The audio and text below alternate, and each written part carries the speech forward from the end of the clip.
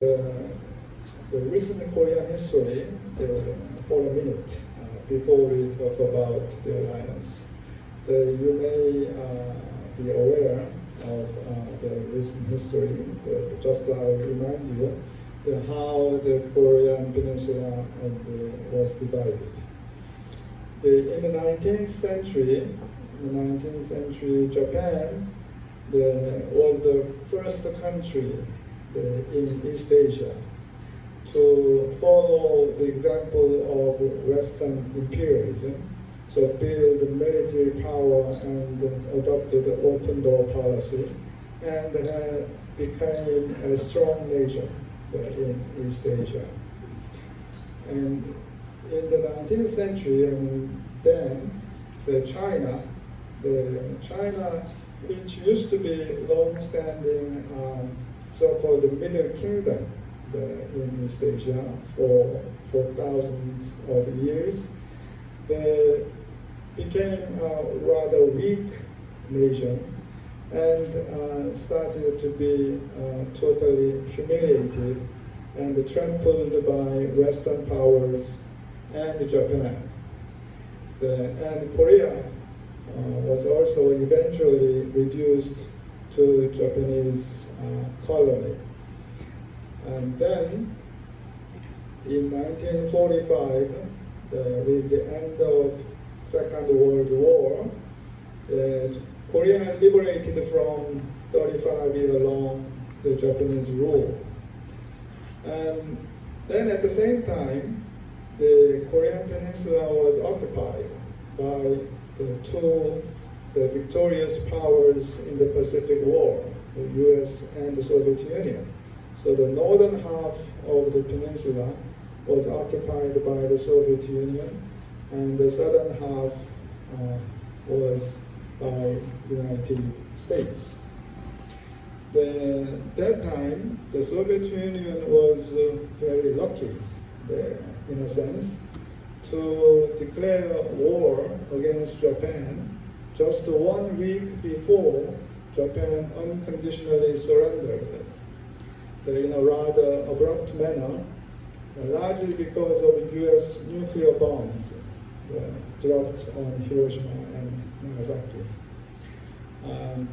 So this Soviet military advance on the Korean Peninsula signaled the beginning of the historic Cold War, and they led to unexpected division of the Korean Peninsula, irrespective of the will of Korean people.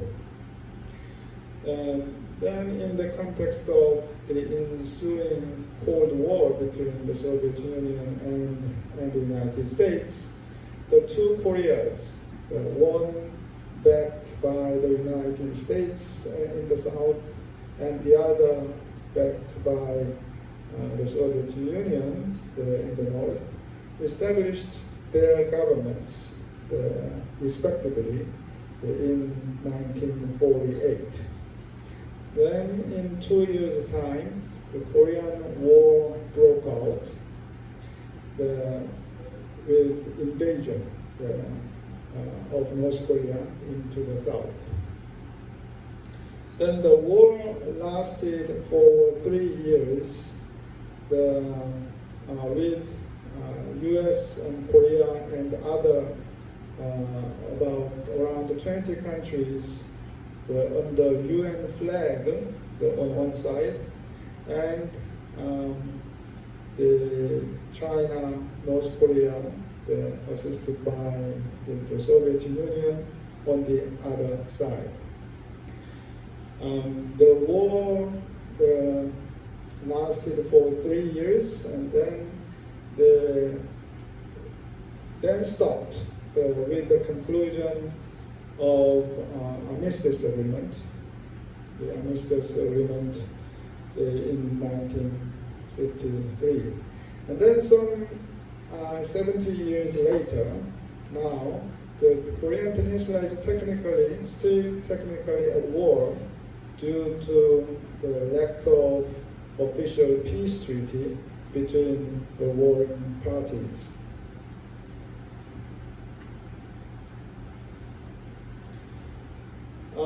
the U.S.-Korean alliance started. It was established when the two countries concluded ROK-U.S. Mutual Defense Treaty in 1953, the same year as the armistice agreement was concluded. So just immediately after armistice agreement, the two countries concluded the Mutual Defense Treaty. And the first question I'd like to answer I'd like to address is that what does the alliance mean to the Korean people? The alliance is the general public of Korean people believes that the alliance has served as most effective deterrent against possible North Korean aggression. As you know, there have been many North Korean provocations, small and large, for the last several decades, but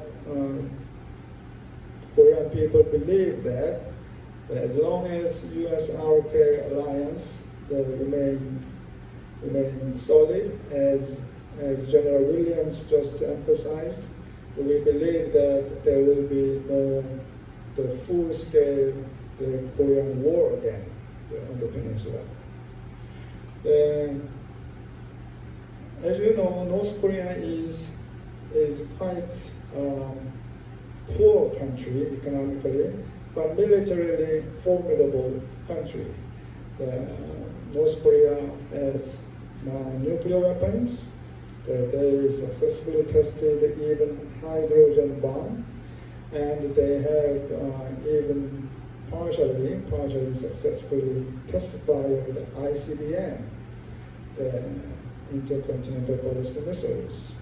And North Korea is the only country, only rogue state in the world that has nuclear capabilities to hit the U.S. mainland in the world, except China and Russia.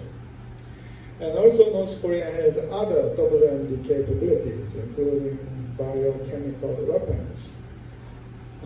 And they have large troops, about 1.2 million. And also they have conventional weapons, a great deal of the conventional weapons, and also special forces designed to penetrate deep into the south.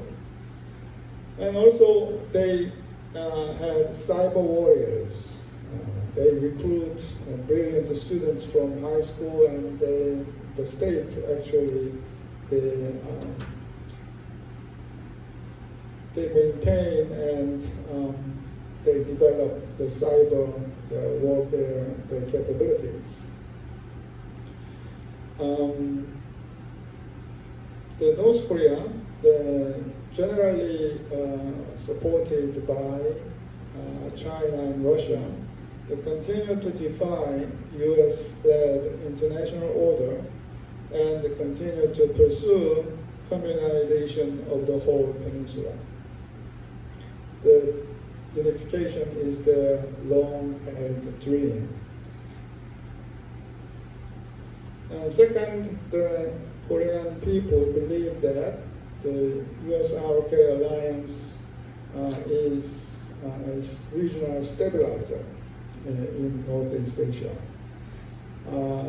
Regional stabilizer means in Northeast Asia, you see the Korean peninsula is surrounded by China, a big country, and Japan, also quite big country, and Russia. China, Russia, and Japan. The peninsula is surrounded by those three countries, and this geography will not change forever. So even after the North Korean threat may be neutralized someday in the future, And even after national unification is achieved, we believe US-ROK alliance is necessary. The US-ROK alliance should remain in place as regional stabilizer. The US should be a resident power in Northeast Asia. The US will contribute greatly to the stability in this region. As you see in the map, the Korean Peninsula is frontline against the authoritarian Asian continent that dominated by China and Russia. And in particular, in a new era of great power competition means the strategic competition ongoing and intensifying these days between US and China and between US and Russia. In this new era, the strategic importance of the Korean Peninsula may be increased in the coming years. South Korea is very close in economic and cultural and historical and in several aspects close to China, but South Korea is a strong ally of the United States. And as you know, North Korea is the only one. China has only one ally in the world, that is North Korea. So the North Korea, South Korea, both of them, in a little different meaning, a very important country, that North and South, both of them are very important to the US and China.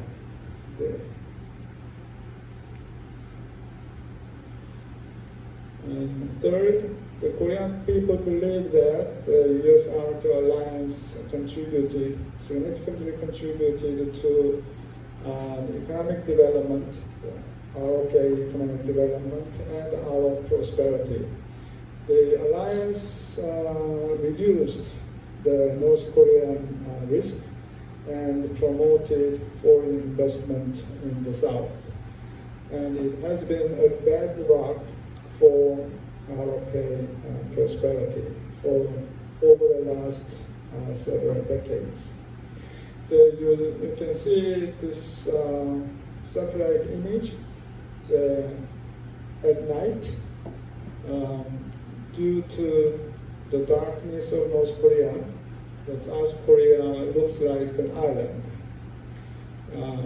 South Korean economy is at least 45 times larger than North Korea, and the South Koreans grow at least 8 centimeters taller and live 11 years longer on average.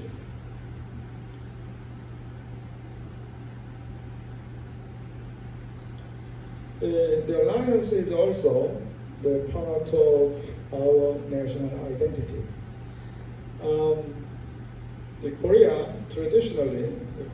Traditional Korea used to be a small neighboring country to the Chinese Middle Kingdom for several thousands, right?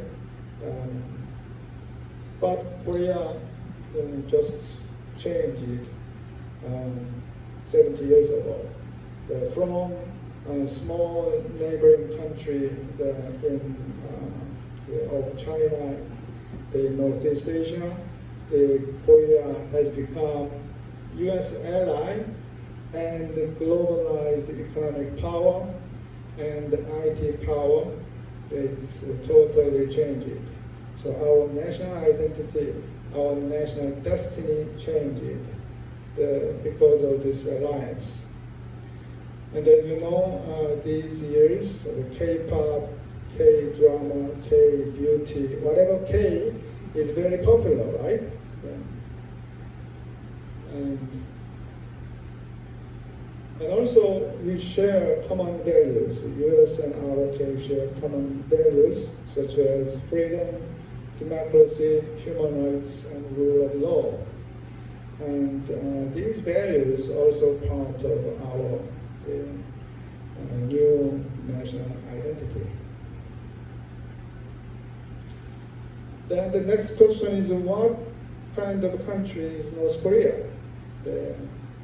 As I said, over the last several decades, South Korea and North Korea developed and diverged in very different places.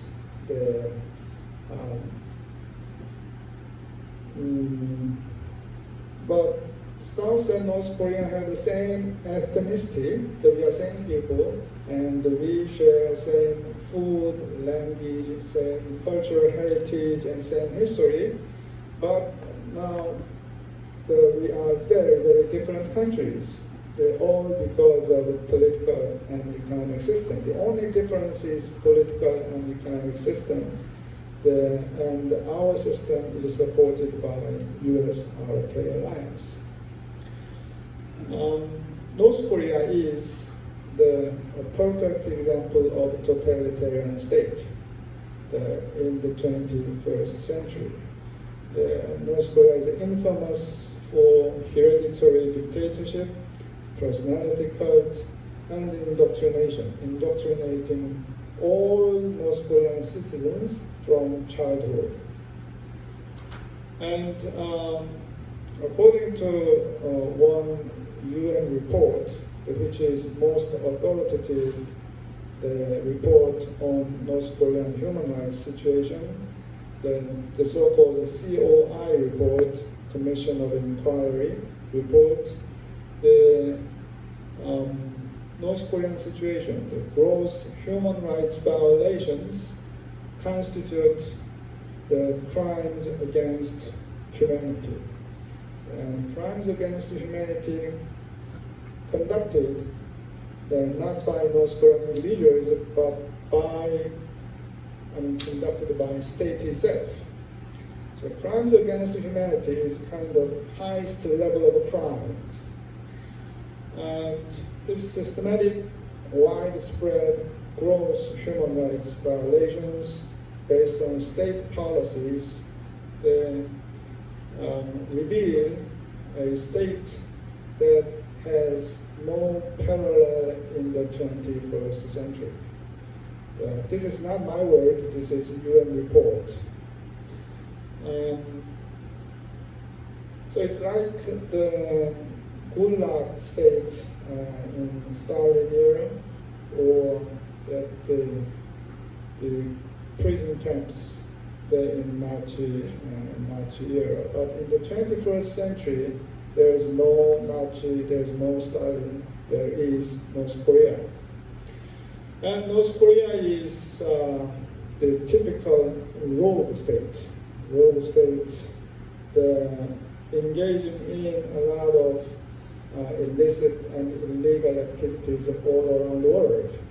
They're selling weapons, they're prohibited by the Security Council, UN Security Council, including missiles and all kinds of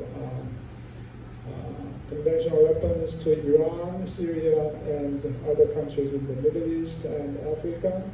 And they are engaging in cyber hacking and even stealing money from other banks. They are very skilled at cyber hacking.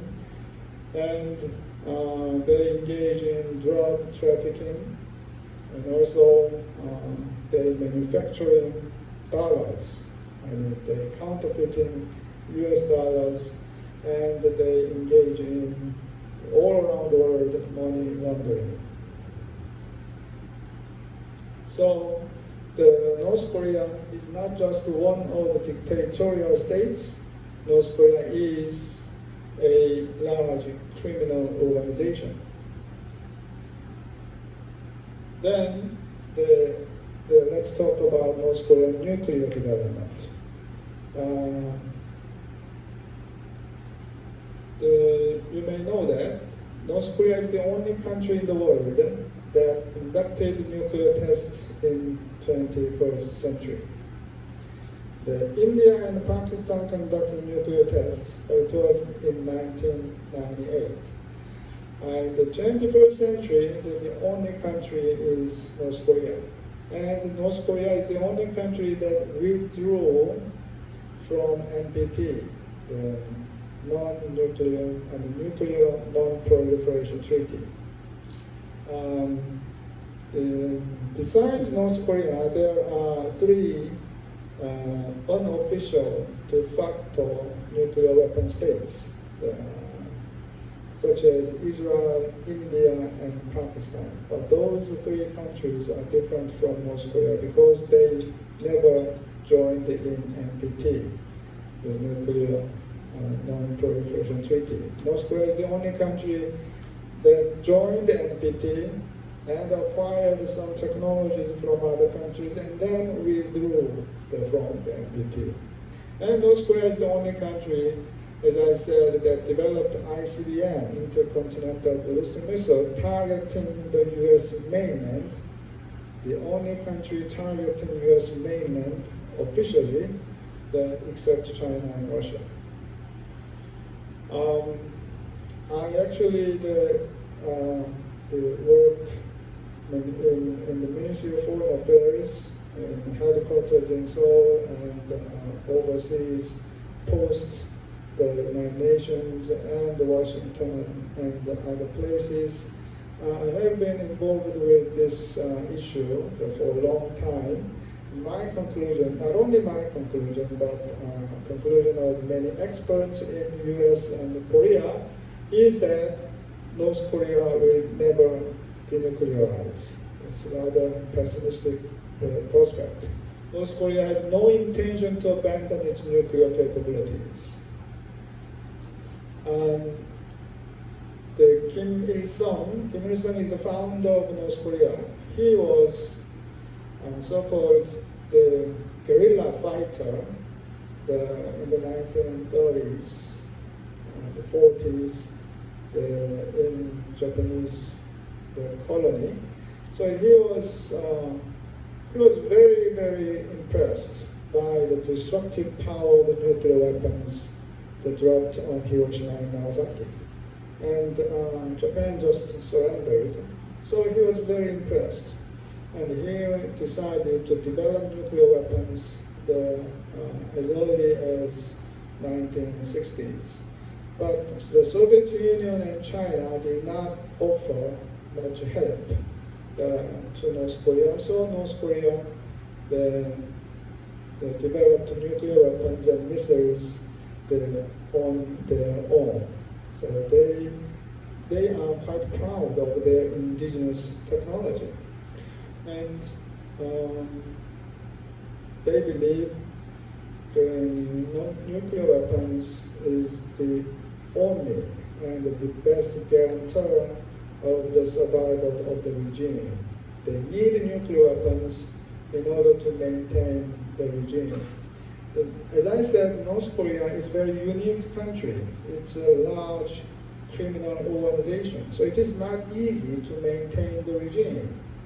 So they think they need nuclear weapons to maintain the regime, in particular, deter the strongest power in the world, deter the United States from intervening militarily in Korean Peninsula affairs. So they developed nuclear weapons. Kim Il-sung, Kim Jong-il, Kim Jong-un, they all preoccupied with nuclear weapons. And their conviction about the utility of nuclear weapons has been reinforced by they think the big lessons from Saddam Hussein and Gaddafi. I mean, the lessons, they draw lessons from the violent and the tragic end of the Saddam Hussein and Gaddafi. But they believe this Saddam Hussein, dictator Saddam Hussein of Iraq, and dictator Gaddafi of Libya, they would not have been killed in such a way that if they had nuclear weapons, they believe they would not be attacked and killed by the United States. So they're very much convinced that they must have nuclear weapons. And so not only defensive purpose, I mean, they strongly believe that nuclear weapons can be deterrent against U.S. military intervention for defensive purpose, but they have offensive purpose too, and that is unification.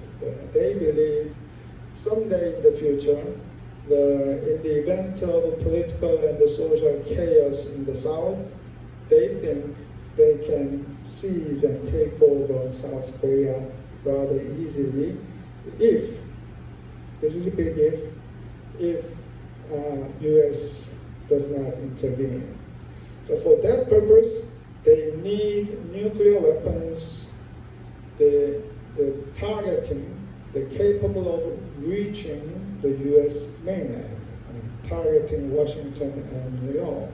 In that case, they think U.S. may be very, very reluctant to intervene.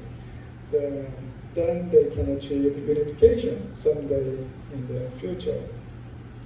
They tend to believe, they have a tendency that even though South Korea is 50 times larger than North Korea in economic terms, they believe that they can beat South Korea quite easily because they think South Korea is corrupt, capitalist, and dividing the country, always fighting between conservatives and liberals or between left and right. So the social chaos and political chaos in some day are very much serious. And also, they have no intention to abandon nuclear weapons because of China factor. China's official position is same as the United States.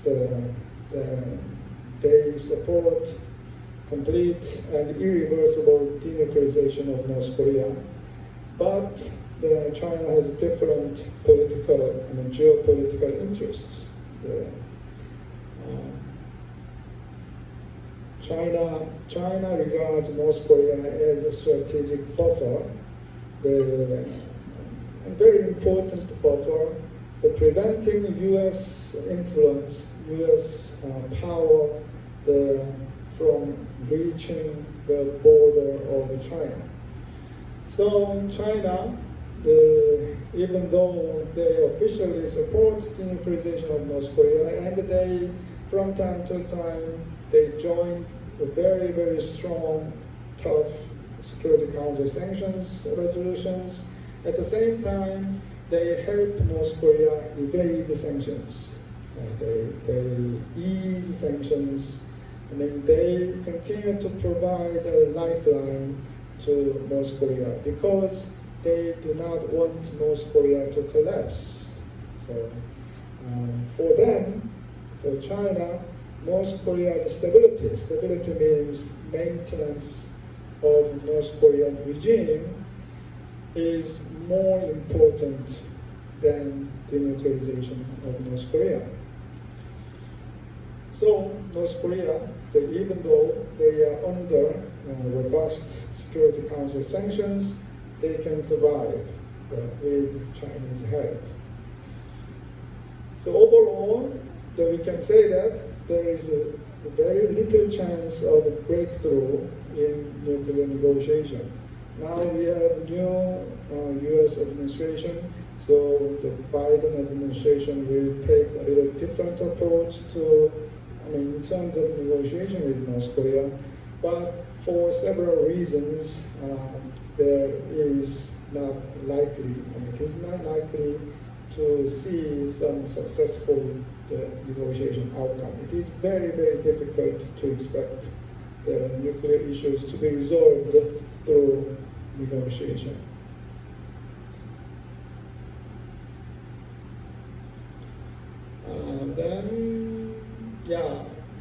how about the future of the alliance? In recent months and recent days, we are concerned a little bit about the future of alliance, because there are some signs, some serious signs of disagreement or discord between U.S. and ROK. I mean, not military, but U.S. and ROK governments. In terms of the North Korea policy and China policy. From the ROK side, the progressives, or leftists, they tend to focus on improving the inter-Korean relations. The inter-Korean relations, than the strengthening U.S.-ROK alliance. From the U.S. side, the Trump administration's political slogan of America First actually weakened the credibility of U.S. global leadership and the U.S. commitment to the defense of allies, I mean, generally speaking. And also President Trump's excessive financial demand in terms of SMA also a little disappointed Korean people.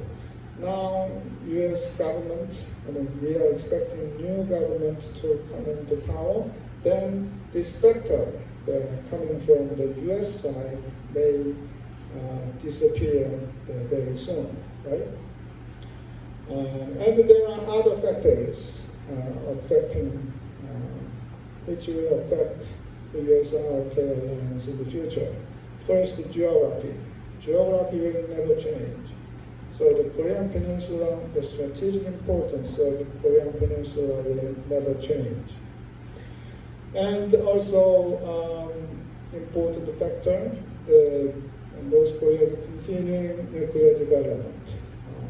We need to deal with this serious problem in the long term. And also, another factor is great power competition. The strategic competition between U.S. and China will be intensifying in the coming years. And the most conspicuous advantage that the United States enjoys over China is the alliance network. China is only one ally in the world, that is North Korea. And in recent years, that alliance, I mean, there is debate in China, inside China, whether they should abide by that treaty. So that the alliance, the only one alliance actually is weakening now. But the United States has strong allies, about 50 countries. I don't remember the exact number, but about 50 countries, the strong allies, the alliance network in Europe and Asia. So U.S. attach importance to alliance network. And finally, if U.S. and Korea share common values, such as I said, freedom, democracy, human rights, and rule of law, then those values will tie the two countries closer, and our alliance will be strengthened in the future and continue to be strengthened. Thank you very much for listening, and I will take questions from you, whatever questions. I welcome your questions. We have about 20 minutes. So,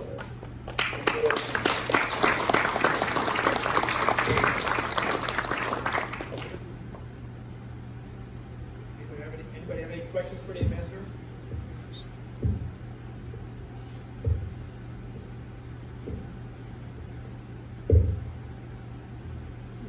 Okay, I'll do this. I'll get everybody started. You guys hear me okay? All right, Professor Wong, thank you very much again for your perspective as you approach this. Can you talk about the challenge for South Korea when it comes to a strategic defense partner like the United States versus the economic entanglement with China?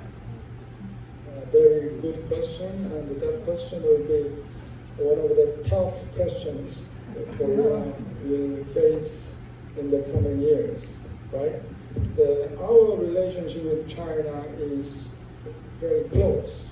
As you know, history, culture, and Confucianism, and also the economics. Our trade and investment with China is much larger than the Korea-US trade and investment. So we just cannot cut off the relationship with China.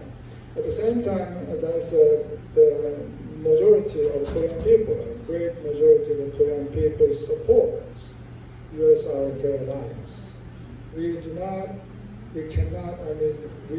want to go back to the past. We do not want to go back to the past like a subordinate country to China. How can we balance these two forces, especially when they